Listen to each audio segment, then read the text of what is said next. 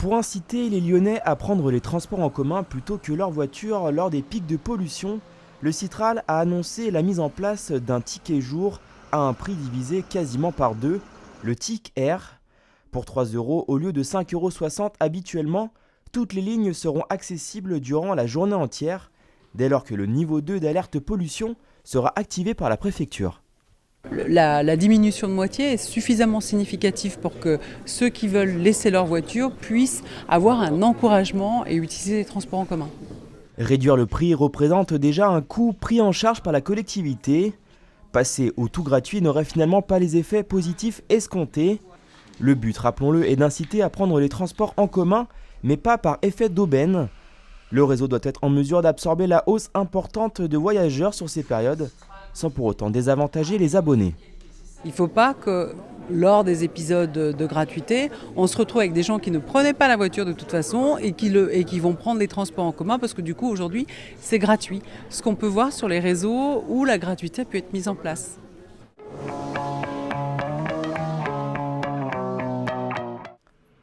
À Villeurbanne, dans le prolongement de la place Grand Clément, la rue Léon Blum est entrée dans une nouvelle phase du chantier.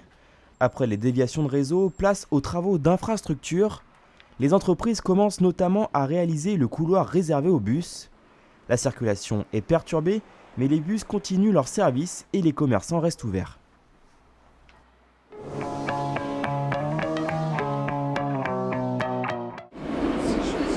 Surtout au niveau du tram en soi, j'ai tendance beaucoup à traverser sur la voie.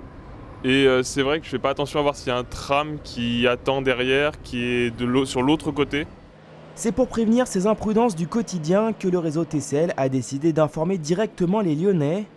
Le 21 novembre dernier, une opération de sensibilisation a été mise en place sur 8 pôles d'échange de la métropole. On distribue sur les différents sites des dépliants adaptés à chaque site en fonction des modes de transport rencontrés. Donc par exemple ici à Pardieu, on va distribuer un dépliant qui parle des risques du tramway, du bus et du métro. On note malheureusement que ce sont bien les mauvais comportements ou les inadvertances qui créent les plus gros dangers pour la collectivité. Voilà, le dernier exemple qu'on a en tête, c'est l'accident très spectaculaire du T4 avec une quinzaine de blessés, ou encore le lendemain, une fillette qui a été renversée par le tramway. C'est des accidents qui au final sont sans gravité, mais on veut rappeler que même si nos conducteurs sont des vrais professionnels qui évitent tous les jours de nombreux accidents, on a besoin que l'ensemble des usagers du réseau soient aussi acteurs de leur sécurité. Traverser en dehors des clous, devant ou derrière un bus, faire du vélo sur les voies de tramway ou encore se dépêcher d'entrer après un signal sonore dans le métro. Des comportements évidemment à proscrire pour ne pas créer du danger. Côté préventif, on rappelle l'importance des barres de maintien présents dans chacun des moyens de transport. Que ce soit métro, tramway ou bus, on peut avoir à tout moment un conducteur qui freine d'urgence pour éviter un automobiliste ou un piéton, et il est important de bien se tenir à l'intérieur de nos véhicules.